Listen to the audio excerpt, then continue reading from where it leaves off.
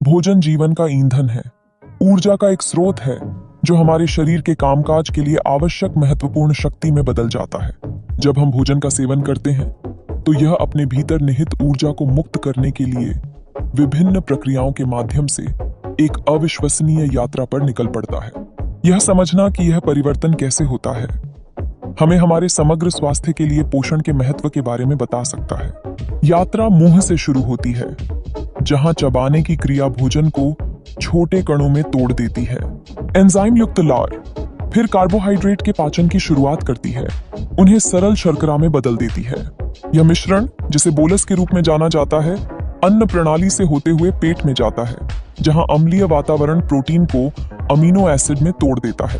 भोजन और एंजाइमों के एक भंवर की कल्पना करें, जो परिवर्तन के अगले चरण के लिए ऊर्जावान रूप से परस्पर क्रिया कर रहे हैं। जैसे ही आंशिक रूप से पचा हुआ भोजन छोटी आंत में प्रवेश करता है, असली जादू होता है। अग्नाशयी रस और पित्त वसा को पायसीकृत करते हैं, जिससे उनका अवशोषण होता है। आंतों की दीवारों पर स्थित छोटे विली पोषक तत्वों को रक्त प्रवाह में अवशोषित करते हैं, जो ऊर्जा के कीमती निर्माण खंडों को पकड़ने के लिए छोटी उंगलियों की तरह दिखते हैं। कल्पना कीजिए कि पोषक तत्व जैसे कार्बोहाइड्रेट, प्रोटीन और वसा संचार प्रणाली में अपना रास्ता बनाते हैं, प्रत्येक ऊर्जा उत्पन्न करने में अपनी विशिष्ट भूमिका के लिए तैयारी करते हैं। एक बार रक्त प्रवाह में ग्लूकोज और फैटी एसिड पूरे शरीर में कोशिकाओं तक पहुंचाए जाते हैं।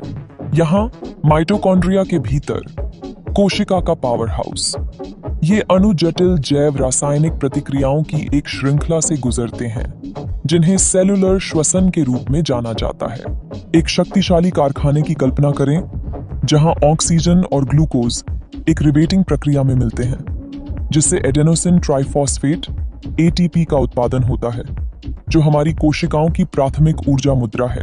एटीपी मांसपेशियों के संकुचन से लेकर मस्तिष्क की गतिविधि तक सब कुछ को ईंधन देता है, जो हमारे शरीर की उत्पादन लाइन की उल्लेखनीय दक्षता को दर्शाता है। लेकिन कहानी यहीं खत्म नहीं होती।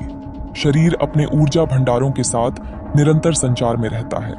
जब ऊर्जा प्रचुर मात्रा में होती है तो अतिरिक्त ग्लूकोज लीवर और मांसपेशियों में ग्लाइकोजन के रूप में जमा हो जाता है, जो बारिश के दिन के लिए तैयार होता है या लंबे समय तक भंडारण के लिए वसा में परिवर्तित हो जाता है।